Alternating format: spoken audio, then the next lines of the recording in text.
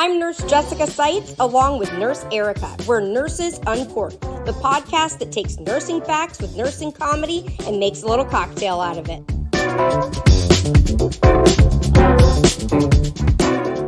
Hi, everybody. Welcome back to Nurses Uncorked.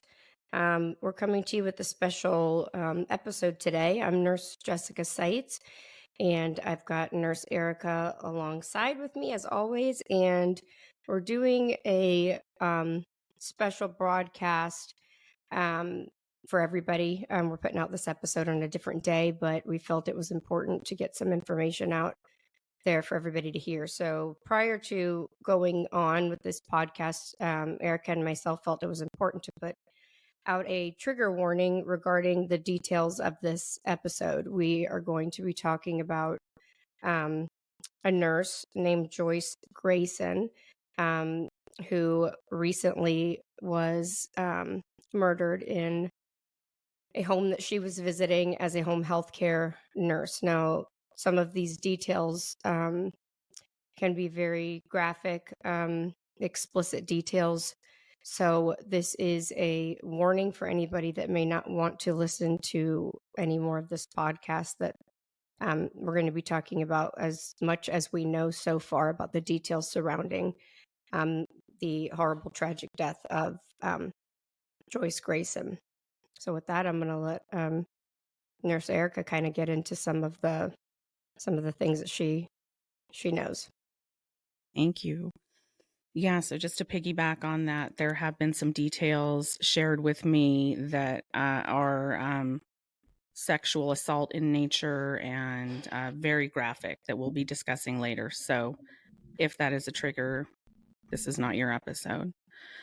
All right. So Joyce Grayson was a 63-year-old nurse in Connecticut. And a few days ago, on October 28th, a Saturday, she was going and seeing her patients. She went to her first patient of the day at 8 a.m. This is a man that was recently released from prison.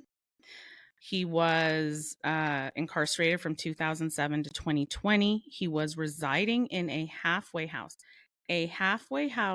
specific for convicted sex offenders, I'm told. He has been convicted like at least 3 times of sexual assault. He nearly stabbed another woman to death in the past. Very violent tendencies, just a very unstable, violent person with a known record. Okay. And he was in a halfway house as part of a re-entry into the community society. And he did have an ankle bracelet on, court ordered.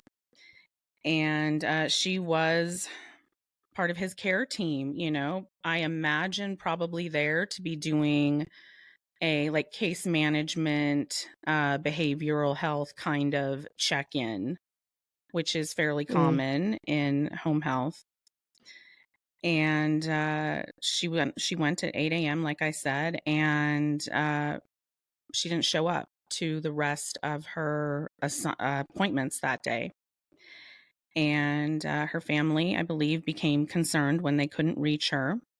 They tracked her GPS on her phone, but that shut off at 11:42 is when they could no longer track the GPS location, but it was still at that home at that time. Oh, I didn't know that it shut off. Okay. Yeah. I didn't know that part. Yeah. Okay. Wow. Yeah.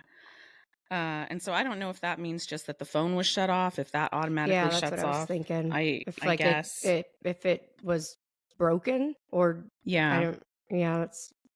I don't know if it can still be tracked if it's turned off. I'm not sure. But yeah. Family contacted police, and the police did go to the home. They did not find the patient there at that time. They ultimately ended up leaving A few hours later in the afternoon, I believe around 3 in the afternoon, they received notification that he had been tampering with his ankle bracelet. So they went back out to the home and they brought canine units, and Joyce's scent was tracked from her car, which was parked at a nearby business, to the home where it stopped. They did, I believe, on the second visit, find him, the patient. And, I purposely don't use their names because I don't want to give them any publicity, good or bad, you know. Even though the name is out there, but It is. yeah, It is. I Yeah. know what you're saying. I'll just be referring to him as the criminal or the patient, whatnot. Okay. So they did find him leaving the home. They found Joyce's car keys and her credit cards on him, on his person. That's not And good. that's not a good sign. And No. they, I assume, ended up doing a search of the home and located her body in the basement. And she was deceased. Do you know if she had ever been there before, Erica? Like, was this her first time, or does that come out? Have you read that anywhere?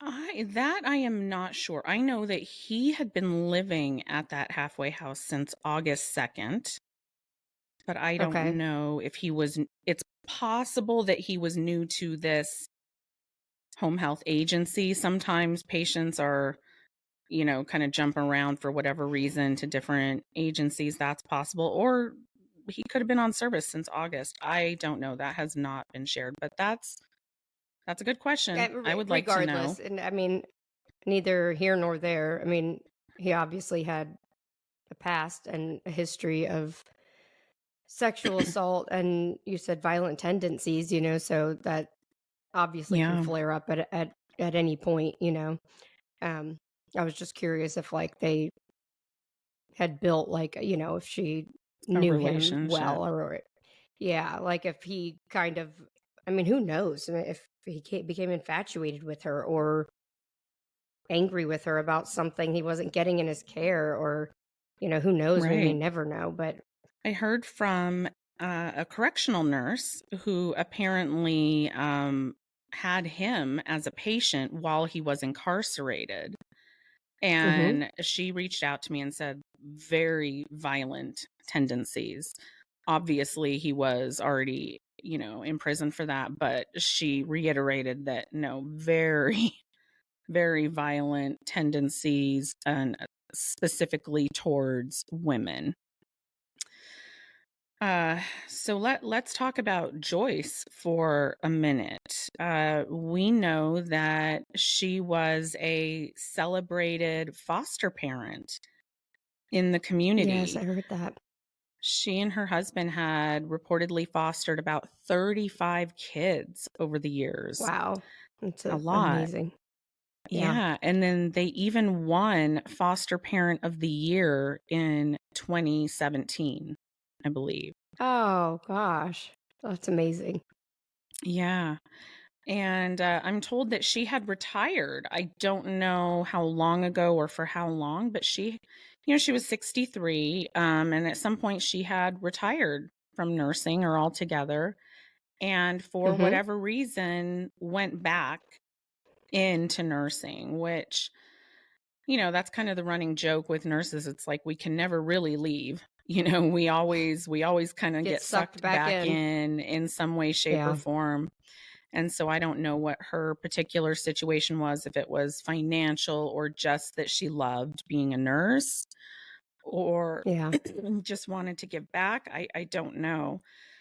Excuse me. But I do think that it just adds another layer of kind of tragedy to it, that, maybe she shouldn't have even been there. Right. Uh, because she deserves to enjoy her retirement, you know? Right.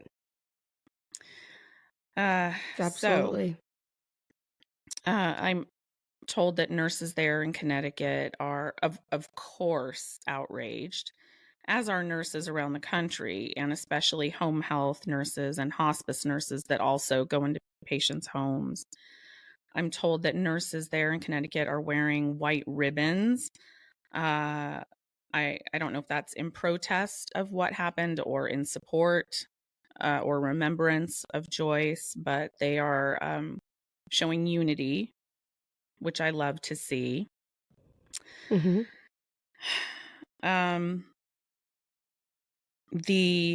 The officer there, one of them, did give an interview to the media that said it is one of the worst cases he has ever seen in his 27-year-long career.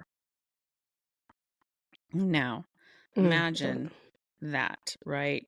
For him to They say see that, everything. yeah, that's a long Yeah, career to be they in see law everything. enforcement. That's a profound statement to me. One of the worst Yes. cases that he's ever seen, you know. And we'll get into some of that I've learned. I've also seen and read that lawmakers there in Connecticut have been meeting rather quickly right after this happened, which I'm very impressed by.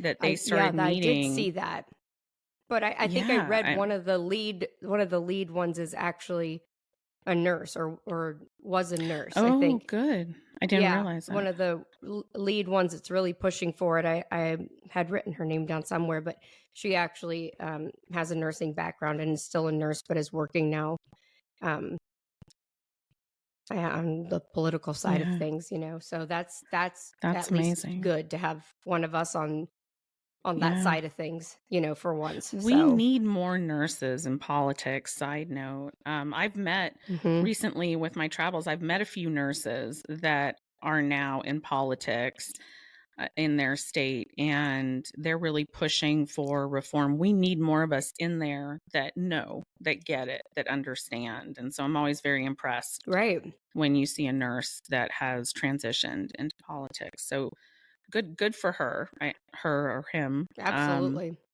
No, it's a her. It's a her. I'll try to look up her name before the end of the podcast to give her credit for what she's doing. But so they've been meeting about these safety concerns specific to home health in their community.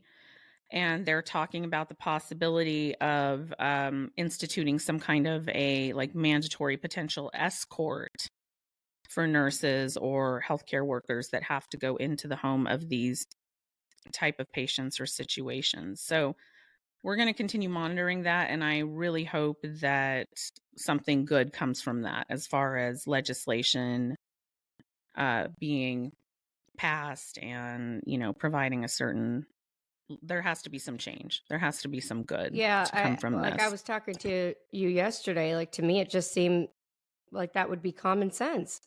It's crazy to me that is, I'm not a home health nurse. I've never done home health. So I don't, I know Erica has a background in home health.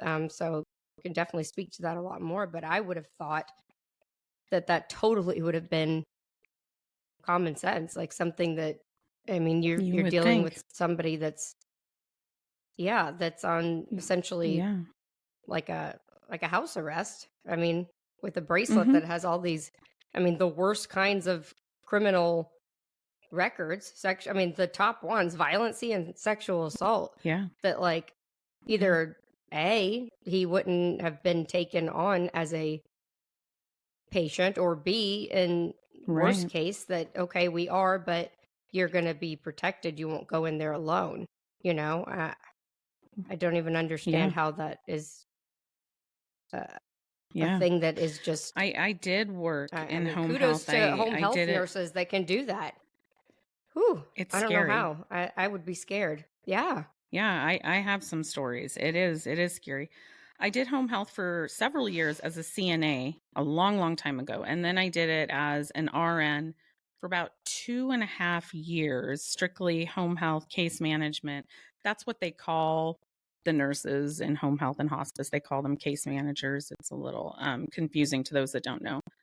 And now I work in hospice, which has a lot of overlap with home health. The vast majority of hospice patients are treated in their home. So a lot of similarities, and a lot of hospice agencies are also a home health agency. They'll have two sides to them, So this is something I'm familiar with, and referrals come in with an H&P and orders for home health, and it's up to Hmm. the individual agency whether or not they want to accept a patient.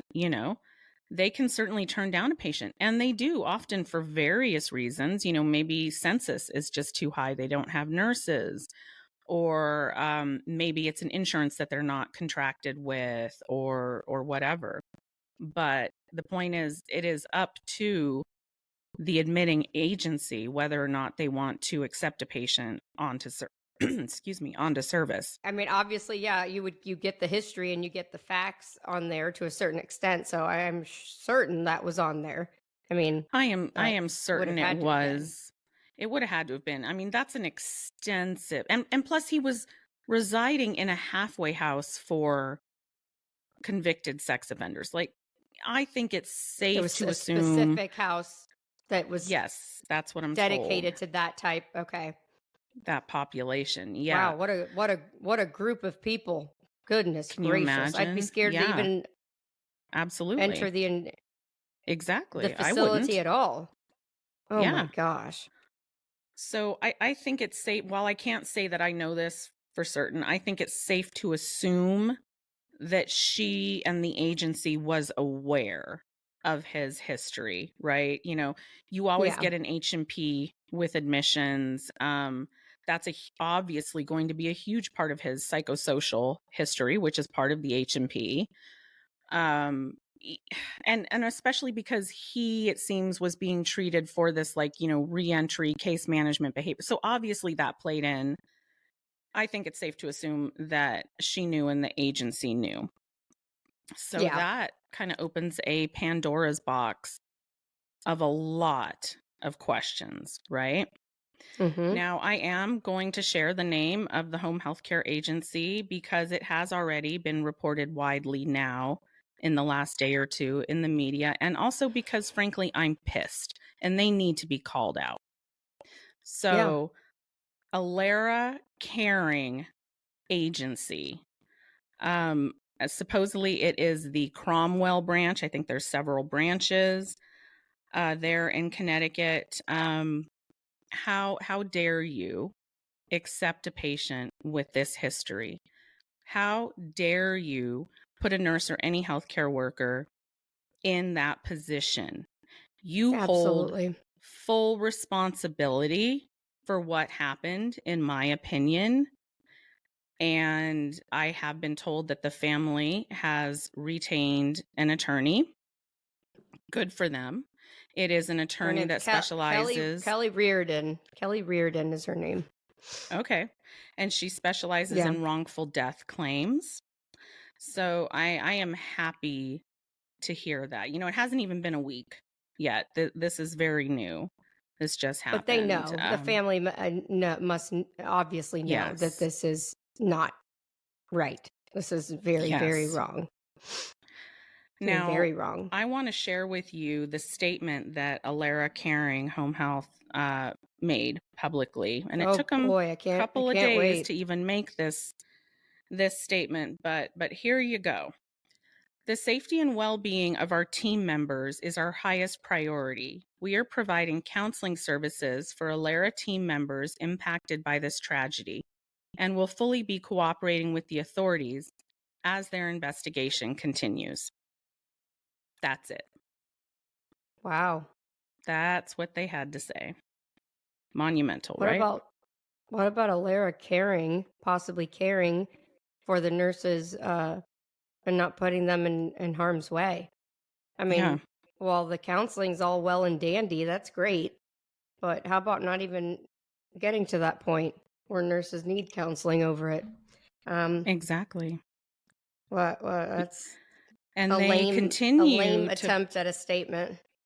Yeah, absolutely. It is. It's just the most generic PR statement that shows how little they actually care. And of course, they probably, I'm sure they know that they're in a potential libel situation and they have to be careful, but that doesn't mean you can't be human. you know. Right. That is the Right. most generic Right. statement I've ever heard. And I've seen where they continue to have ads and posts on social media promoting their business a lot, Hmm. actually, and recruiting and all of that. And yet we have this one piddly, what is it, 3-sentence statement from them about the loss of a nurse because of a patient that they accepted onto service. So, as you can imagine, I have heard from a lot of nurses that either work there now or have worked there in the past, and they're very upset and they have been sharing things with me. And so I want to share some of these. Okay. They have been told allegedly that they're called babies if they refuse to go into a home for safety reasons. Oh my gosh. Ugh, Yeah. Yeah. that's beyond rude. Yeah. That's Especially now, right? In hindsight. I mean, you know what I'm that thinking shows about you is the like even in the toxicity. hospital though, if somebody's under arrest, they have a police officer there. True. Like, Absolutely.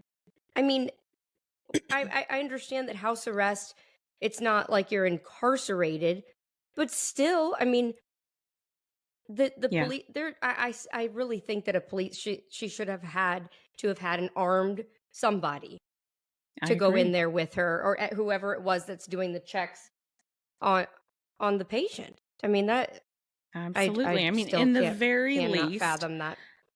in the very least, it should be, going in tandem, 2 employees, right? Maybe Yeah, at preferably a at the male minimum. employee. Yeah, schedule it so that because typically it's not just a nurse. There's often also social work that will be seeing a patient, maybe a CNA, whoever. There's the whole team, maybe therapy.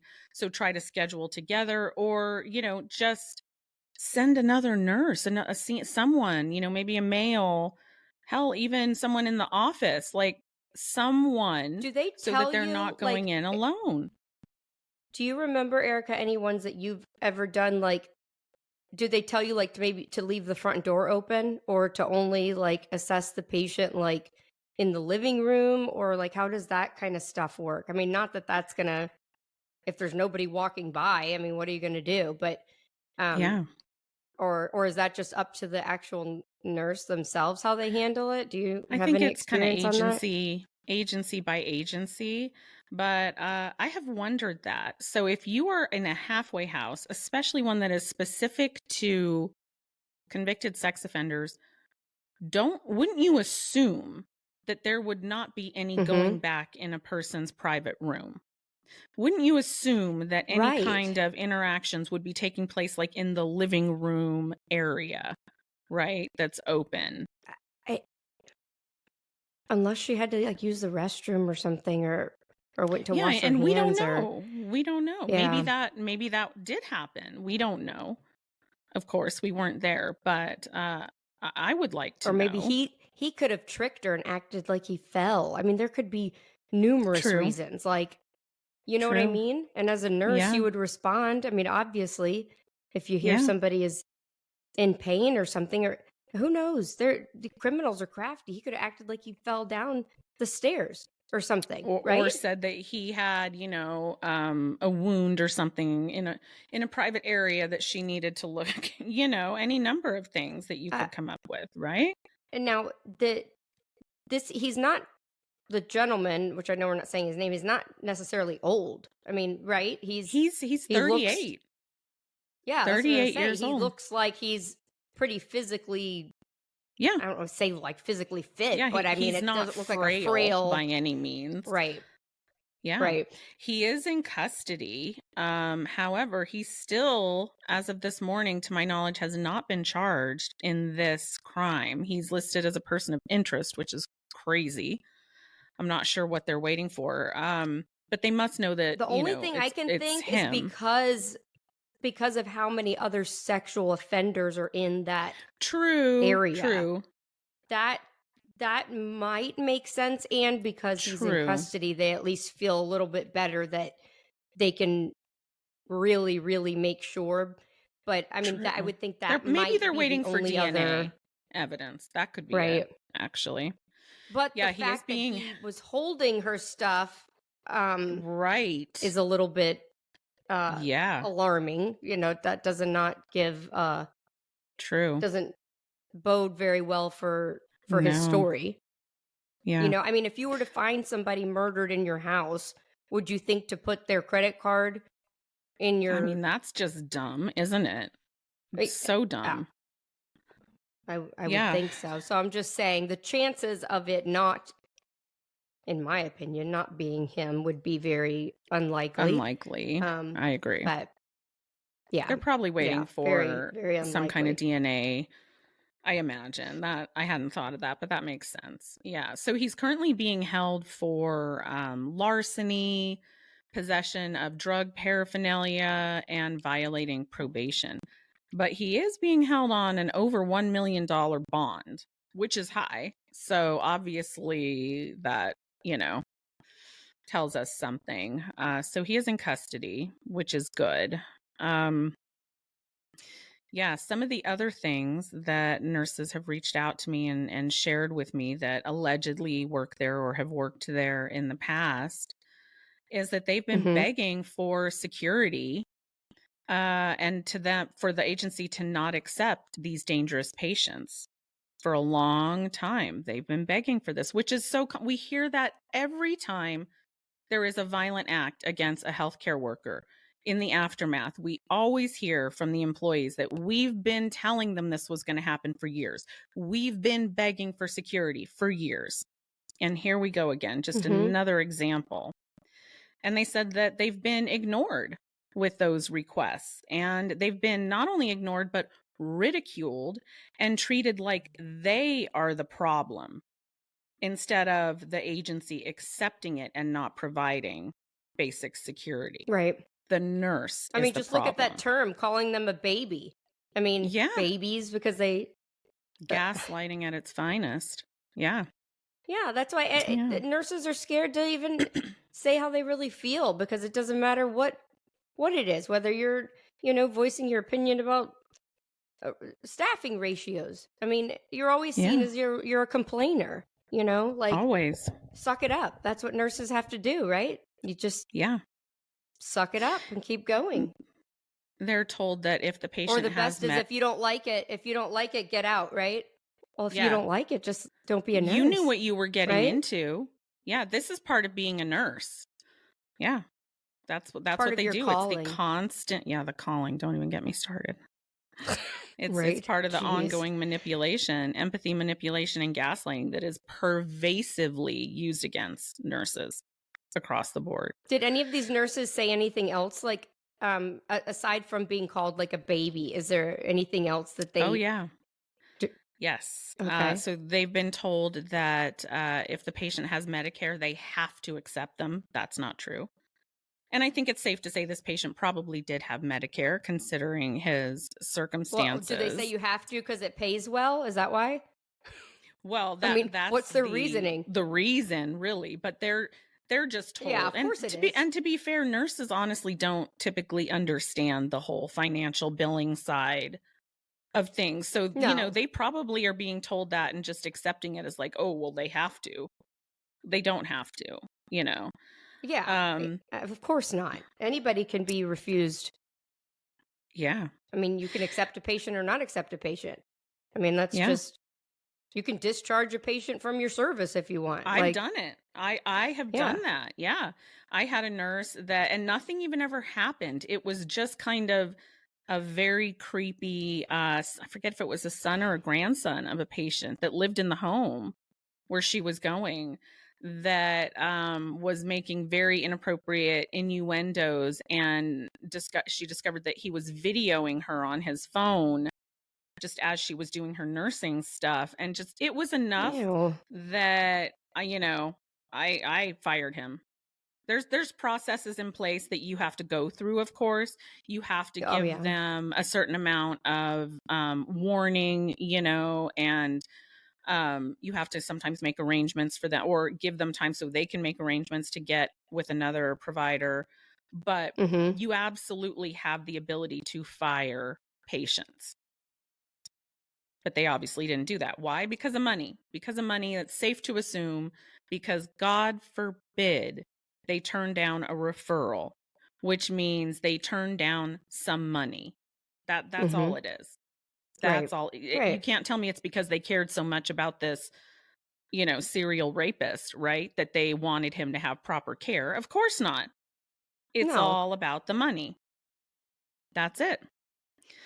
So one nurse told me that she has in the past been held in a patient's home for over 2 hours and not allowed to leave. I know, it's terrifying. By the patient? By the patient, yeah. And Oh gosh, sometimes that's scary. it's terrifying. Sometimes it's not so cut and dry. It's like they want to lock the door on the inside, and maybe it's with a key because maybe they live in a bad neighborhood, but it doesn't matter what this, like, if you don't have the ability Mm. to leave, that's a problem, right? Another nurse said that Yeah. she's reported that she's had to go into patients' homes that have guns, or one that veterans, war vets that have known documented suicidal and homicidal ideations, that they are Oh, forced to go wonderful. see these patients, and not only go see them like for an evaluation, but see them 3 times a week, ongoing, Mm. over and over and over again. They're telling me that they're told, if something happens, just call 911. If there's a concern, just call 911. Well, how did that serve Joyce? Clearly, you can't always Right. call 911. And a lot of times patients are in areas where you don't even get service, so you couldn't call That's if true. you That is wanted very to. true. I've That had is very patients in true. remote areas outside of the city where there's no service. Yep. They apparently had a meeting there at the agency with employees after this happened.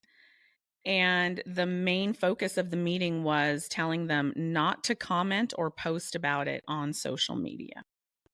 Of course. They always do Of that. course. They always do that. That's like the Isn't that main. disgusting? Yeah. Yeah, it is disgusting because that's all they want to do is save face and Yeah. try not to appear faulty or Yeah. but They're, yeah, they're that's just worried about always. their reputation. That's it. And Mm-hmm. the way that it might potentially impact them financially, right? If they have a bad reputation. So no new policies or security measures were allegedly discussed at this meeting. They were told, we have counseling available to you, and, just follow your gut.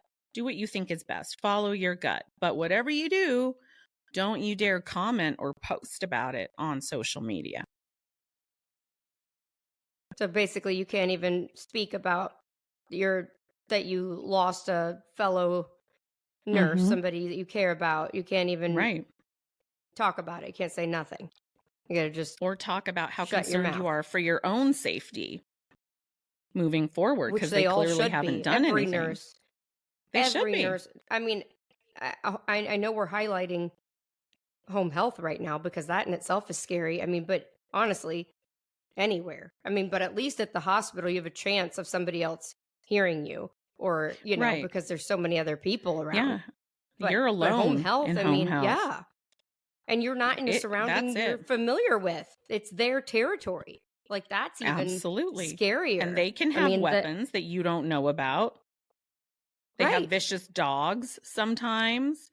They have, the patient might be fine, but then they have a son, a grandson, a father, someone living there that is not fine, but they live there, I'm right? surprised that there's not like a security officer on duty at these halfway houses that if knowing a nurse is going in that they would go Maybe there there with them is, or you but not that I'm obviously aware they of, weren't. or they weren't I effective or mean, doing their job. Yeah. and Yeah. then they didn't report it either.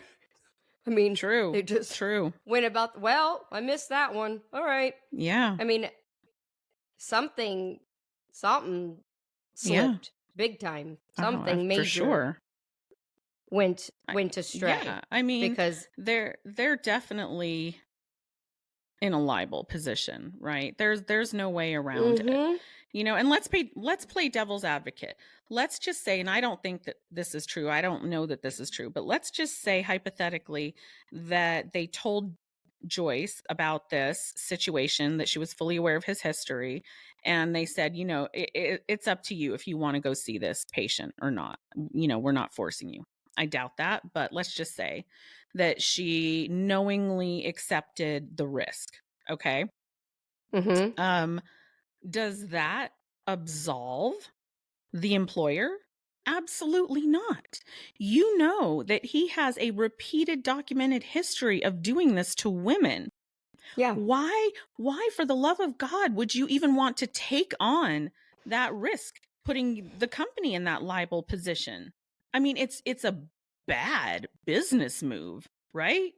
Like, where was the foresight in this, And if she did accept it, why then did they not provide someone to go with her or put something into Right. place, like, we need you to call us when you go in. We need to know ahead of time what your appointment time is. And if we don't hear from you within 30 minutes or whatever, we're calling the police. Like, none of that was in place. I mean, the culpability here is staggering. It's mind-boggling.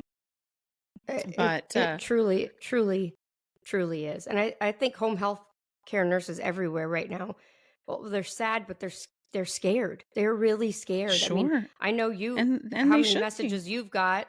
I've gotten messages. I can't even imagine your inbox, but of these Yeah. nurses that are like, please, like begging, please bring awareness to this. Please, something has got to change. Like Yeah. this can't continue. This can't. I mean, Yeah. it needs to be fixed now, not a year from now, not in 2 years when something maybe finally gets. It needs to be fixed now. Like, Absolutely. or nurses need to stand their ground and say, no, I will not. Yes. I absolutely will not go in there alone. Absolutely. I will not do it. Absolutely. Something's going to have to. And Because if they're retaliated Joyce isn't going to against be for the that, last one. no, not at all. If they're retaliated against from their employer for refusing an unsafe patient, they should be reporting that. That's illegal. Retaliation for reporting unsafe conditions is illegal, and they can report that to OSHA, to the National Labor Relations Board. But yeah, you're right. They need to be standing their ground and refusing these known unsafe patients and situations.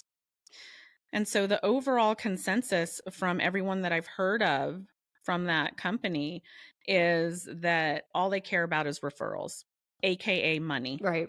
That's it. That there is truly no sense of compassion or concern at all, that all they care about are the referrals.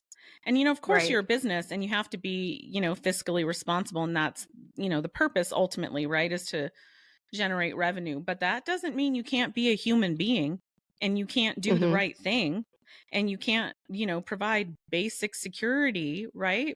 There's so many things that could have been done to avoid this. So many. So many yeah. Things. Well, it just, is reminding me about all of my crazy stories from when I did home health. And I never had anything obviously that bad. Like, I was never hurt. Oh, but the one you shared with me the other day was scary. Yeah. So I had a patient, an old guy, lived in a terrible part of town. Went there for the first time, and he's in an apartment. Go in, and he has porn playing on every single TV, like 6 or 7, like one in the kitchen, one in the living room. Every TV has some kind of porn playing. And I'm like, how awkward, how uncomfortable. What is going on? Yeah. And then if I know you, I'm surprised you didn't say, this makes me uncomfortable. Can you turn this off? Like, I think I was confused at first, and I'm like, maybe it just came on and he's going to shut it off. Like, am I actually seeing what I'm seeing? And I didn't realize it was on in other rooms until like I went into other, after I'd been there. And it was Ew. a long time ago, and then also had bottles of urinals filled to the brim everywhere. Like That's I'm so talking disgusting. 30 urinals sitting on various surfaces all throughout the apartment, filled to the brim. Like you could not even take it and dump it out because it would spill. It was so full. And then he had clearly run out of urinals and started using like coffee cans and various containers. What the fuck Ew. is that? What is that? Why? Why? I mean, Why? talk about a Why? creepy. Yeah, Did you, and that's the thing. You don't want to like trigger or upset one of these people. So like if you're to right. say turn this off or Right. you don't know if that's going to set them off and put them in a I Yeah. mean, you have no power in that situation really if Yeah. they did snap on you. So I guess you're just like what do I say? Yeah. When I was a CNA doing home health, I was sent to a patient that he was a recovering burn victim. And, so my job as the CNA was to help him bathe, obviously. And part of that involves like putting on, lotion afterwards, right? And it was fine. Everything was going fine until I don't know how to say this, until he specifically wanted me to rub the lotion in a very specific area that was not affected by burns, if you catch my drift. Oh gosh. That's like the patient Yeah. asking you to or somebody saying, "Can you adjust my Foley catheter?" and they don't have one.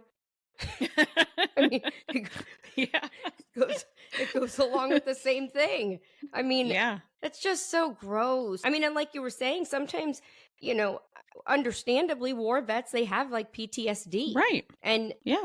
they could a noise could set them off or something. Sure. It's not to say that they necessarily mean that, but it still could happen, and people need to be protected. I mean, Yeah. it's just it's Yeah. just the way that it is. What I was going to say earlier is I think also, and you might have this written down, but um, I think aside from the foster children, Joyce also had children of her own, I believe, and she's got grandchildren too. I read that. I'm not sure if she has 6 children of her own or if it's 6 altogether between her kids and grandchildren, but I did read that. So sadly, she's left behind, a family, a I husband, can't imagine what they're going through, a lot of people that especially, loved her. yeah, in light of some other really gruesome details that have been shared with me. And Mm. so, I want to preface this by saying that this has not been shared publicly, and I obviously cannot confirm this, but I am told from more than one reliable source. And again, trigger warning. This is where you're going to want to turn off.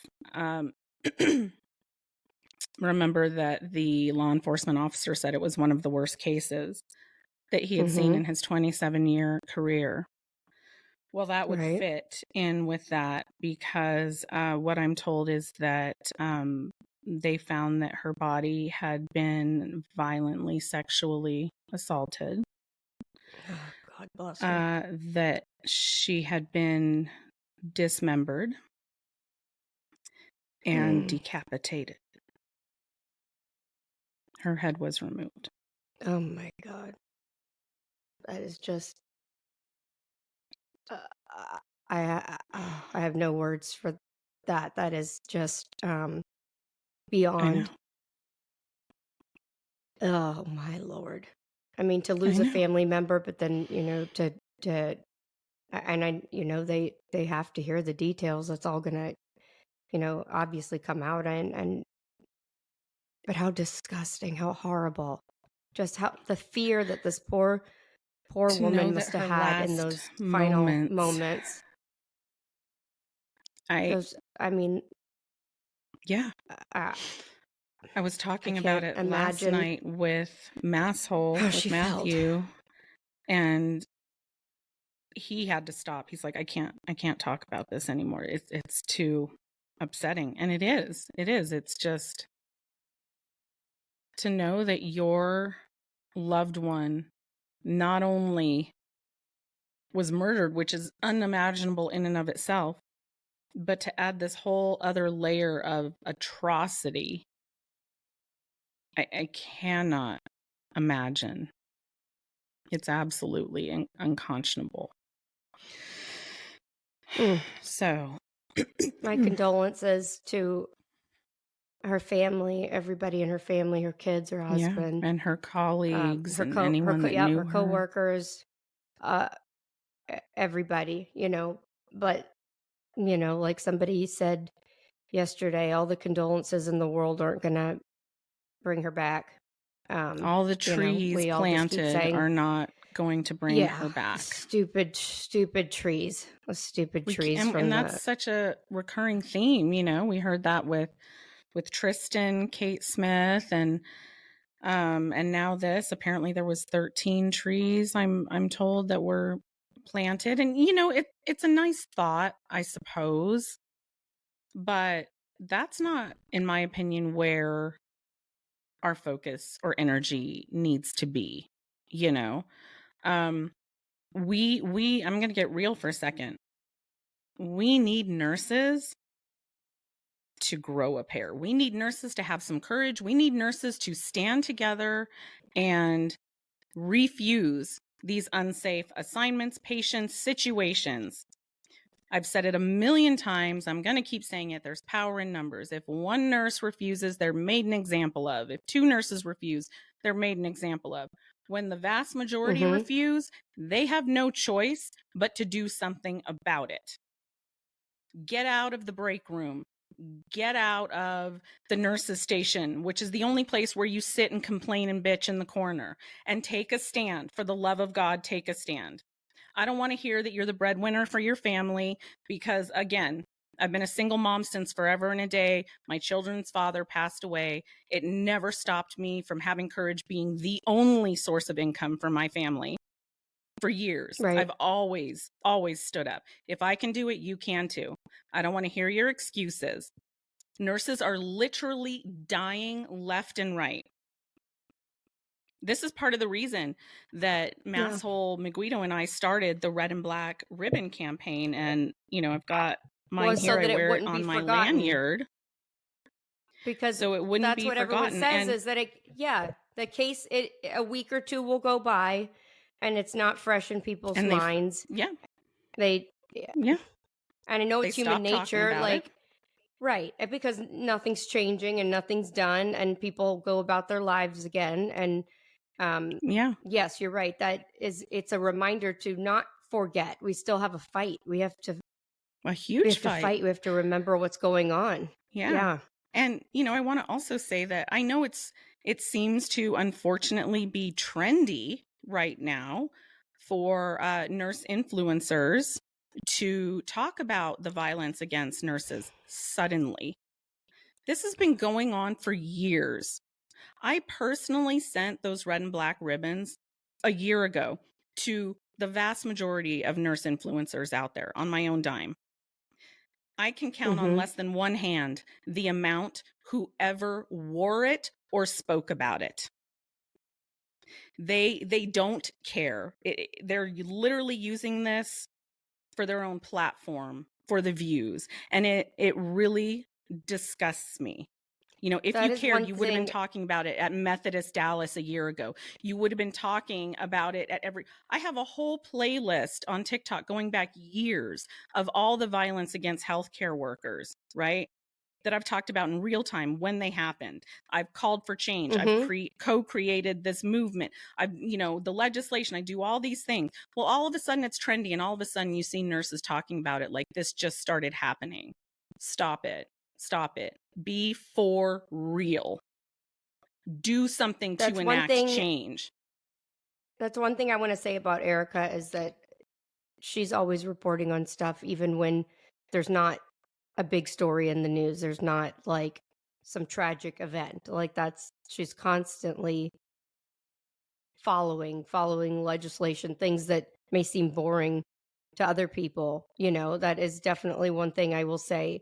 there's not many social media influencers that do that. A lot of them will just hop on the bandwagon and post for a day or two about what's happened, and then move Thank on you. back to their normal content. But I will say Yeah. that you don't forget. And there's a Thank few you. other people like you. Masshold is like that. Mhm. But there's Yeah. not many, that's for sure.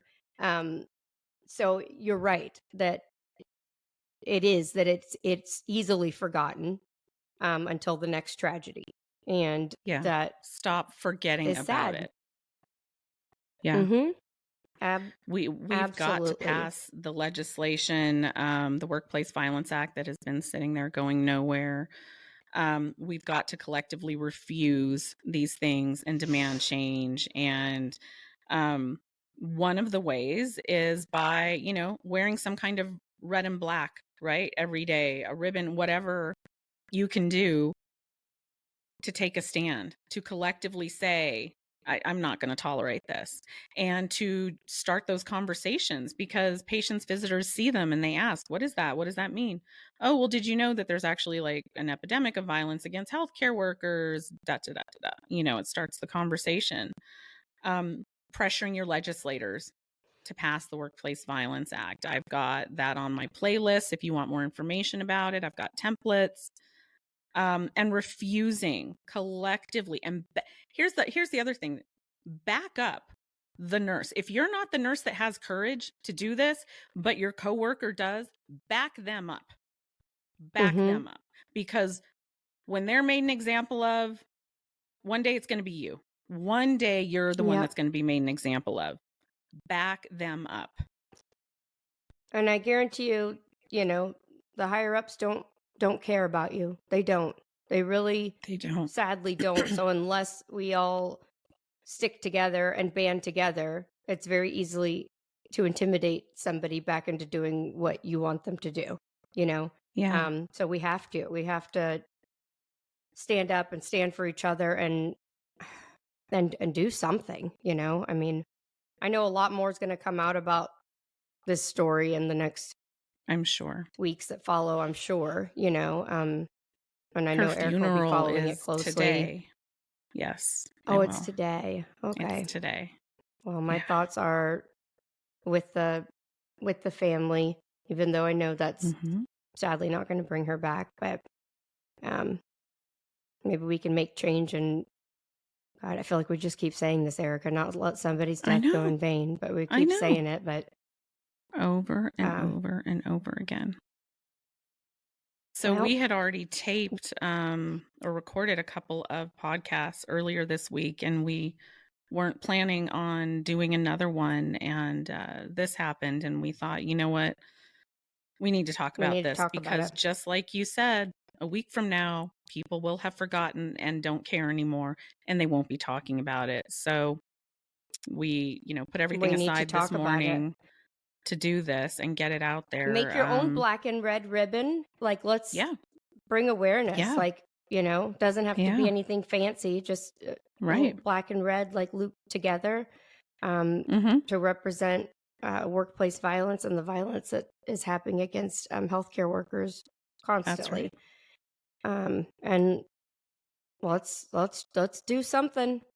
Let's make a change. Let's and be real about it. It's not a trend. It don't use this. Yeah. It's not a trend for the moment. Like, actually support it. All right. Till next time. Unless you have anything else, Erica, you want to add, or are we sadly wrapping this up? I think that's plenty, unfortunately. Yeah, I agree too. All right. Till next time on the next Nurses Uncorked.